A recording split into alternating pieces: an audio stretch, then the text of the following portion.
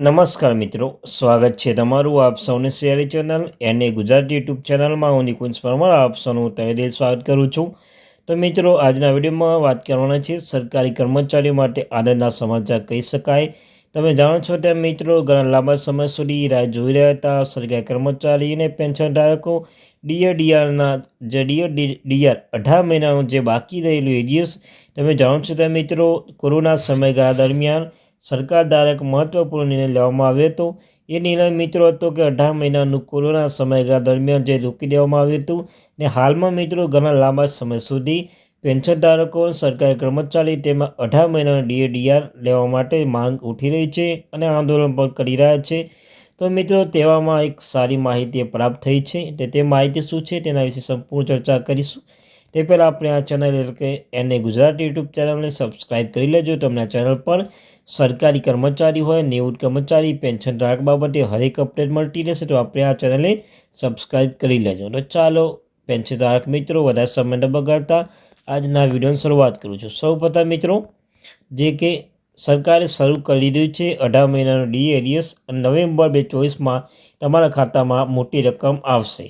તો મિત્રો, પેન્શનો માટે સારા સમાચાર છે કે કેન્દ્ર સરકારના કર્મચારી પેન્શન ધારકો નવેમ્બર 2024થી 18 મહિનાના ડીએરિયસ પર મળવાનું શરૂ થશે અને આ એ જ ડીએ છે જે કોવિડ-19 રોગચાળા દરમિયાન બંધ કરવામાં આવ્યું હતું।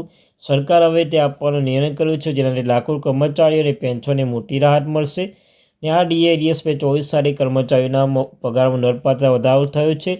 18 મહિનાનું બાકી ડીએ તેના કિસ્સામાં મોટી રકમ લાવશે અને લાંબા સમયથી ચાલી રહેલી માંગને ધ્યાનમાં રાખીને સરકાર આ નિર્ણય લીધો છે કે તે ચાલે તેના ડીએ વિશે આપણે વિગતવાર માહિતી મેળવી લઈએ। સૌપ્રથમ મિત્રો, ડીએરિયસ એટલે કે મોંઘવારી ભથ્થું એરિયસ એક બાકી રકમ છે જે કર્મચારીના પાછલા સમયથી આપવામાં આવે છે। દર મહિને 6 મહિને ડીએ વધારો કરવામાં આવે છે, પરંતુ કોરોના સમયગાળા દરમિયાન બંધ કરવામાં આવ્યો હતો। હવે સરકાર 18 મહિનાનો ડીએ એકસાથે આપવાનો નિર્ણય કર્યો છે। ડીએરિયસની રકમ કર્મચારીના મૂળ પગાર પર નિર્ભર રહે છે। 18 મહિનાનો ડીએ કુલ 17% વધારો થયો છે, જેમાં 3 હપ્તામાં આપવામાં આવે છે। જાન્યુઆરી 2020નો 4% વૃદ્ધિ થઈ હતો, જુલાઈ 2020માં 3% વૃદ્ધિ હતો અને જાન્યુઆરી 2021માં 10% વૃદ્ધિ જોવા મળી રહ્યો હતો। ત્યારબાદ મિત્રો, ઉદાહરણ તરીકે સમજીએ, જો કોઈ કર્મચારી મૂળ પગાર રૂપિયા 50,000 છે તો તેને લગભગ 1.5 લાખ ડીએ બાકી રહેશે। અને મિત્રો, ડીએરિયસ ક્યારે મળશે તો સરકાર જાહેર કરી શકે છે કે ડીએ ચૂકવણી નવેમ્બર 2024થી શરૂ થશે અને આ એક સામટી રકમ તરીકે આપવામાં આવશે અને કર્મચારીઓના પેન્શનોના આ વધારે રકમ નવેમ્બરના પગાર પેન્શન સાથે મળશે। અને ડીએ બાકી લાભાર્થીઓ નીચેનો સમાવેશ થશે। તો મિત્રો, કેન્દ્ર સરકારના તમામ નિયમિત કર્મચારીઓ, કેન્દ્રીય સ્વાયત્ત સંસ્થાઓ કર્મચારીઓ, કેન્દ્ર સરકાર તરફથી પેન્શન મેળવનાર વ્યક્તિ અને કુટુંબ પેન્શન અને મિત્રો આશંકા છે કે લગભગ 48 લાખ કર્મચારી 68 લાખ પેન્શન ધારકો માટે સીધો ફાયદો થશે।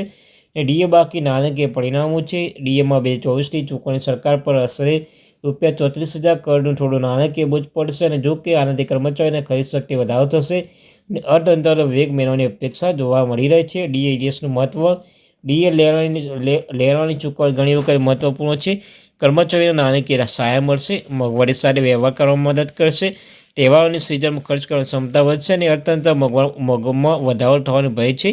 ડીએરિયસ માટે શું કરવાની જરૂર છે? તો મિત્રો, કર્મચારીઓને પેન્શન ડીએ બાકી રકમ મેળવવા માટે કંઈ ખાસ કરવાની જરૂર નથી। આ રકમ તમારા ખાતામાં આપોઆપ જમા થઈ જશે। તેમ છતાં કેટલી બાબતો ધ્યાન રાખવું જોઈએ?